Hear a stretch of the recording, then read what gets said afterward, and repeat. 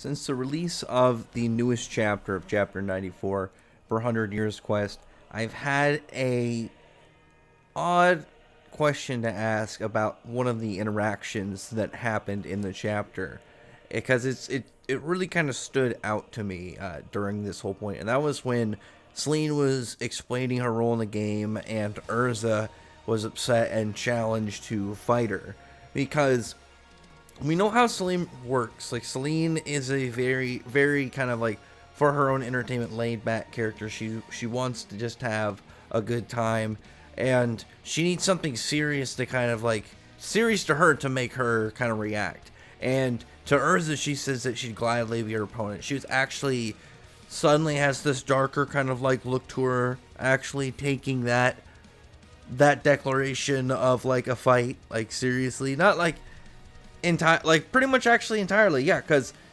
it was only because of this game that's going on that she's gonna prolong it. She's like, well, if you guys, if you can win, pretty much, okay, I'll fight you. So, like, Mishima is setting this up, and there's one point I wanted to mention this chapter, kind of connected back, is I don't think that Mishima would really kind of like have that moment right before they go to Edelis that, like when it was Jalal and Erza under the moonlight, to have Erza not have her own kind of thing in this arc, because I think this is working into this one, because even when Laxus is talking to her, she is looking seemingly pretty serious, because Laxus gets through her whole thing, and then it's not till after Laxus talks, and then Gray and Lucy kind of like say something, that Selene goes back, like she's still a little bit serious, but it starts to kind of pull back, and then she goes back to her normal kind of like playful routine about how, oh, well, it doesn't really matter even if you guys, win or what. I'm still gonna take the heart. She only really looks at it as on their side, if they can get it, beat all of the Diablos members, or just get it and then escape somehow. That's how they can beat Selene. But the thing is, like, you can't really escape Selene, considering she can just teleport right to you and go across dimensions. There's no real escaping her whatsoever. But yeah, then she's getting pretty chill, and the question is, what does like Erza have to do with Selene? Because with Selene, we know that, like, again, she's entirely driven by her own entertainment as she accomplishes her goals. Like, as she was conquering Elantir to have her own entire dimension, and now she's going after the White Legacy to build this world with no other dragons except for just her, but pretending to be a human. And upon that, there's the fact that, well, what before, when we see, like, with Suzaku, what made her serious, it was something about the death of her son. And what are we seeing now that gives her a bit of a serious reaction? Erza challenging her to a fight.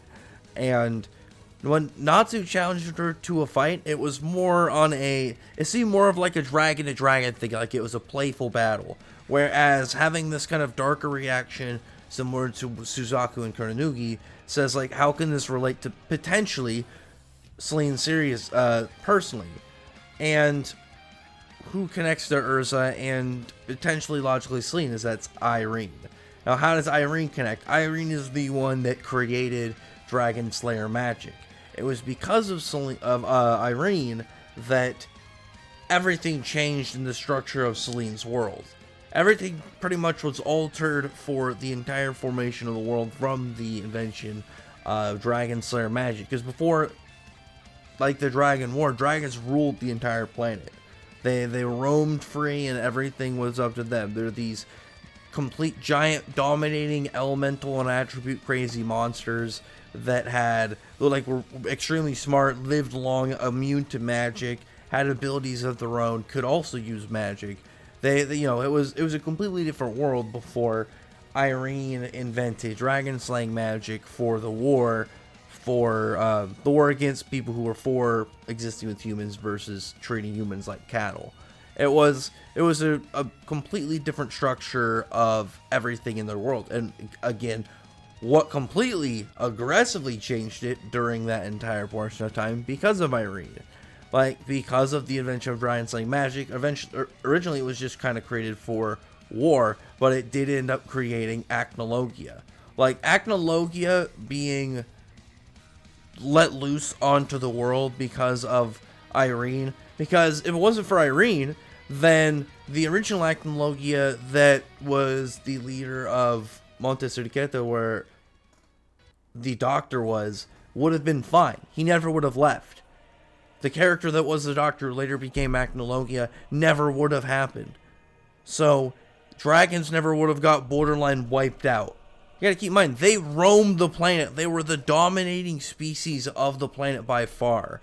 And in the current day, like, not even the current day, the very start of the series, there were, like, dragons were thought to be a myth. They thought they were extinct. A lot of people didn't think that, like, they possibly could exist anymore, or that they weren't real. Acnologia completely changed the structure of the planet when he emerged, and he just went around slaughtering dragons by the thousand. He was just a monster.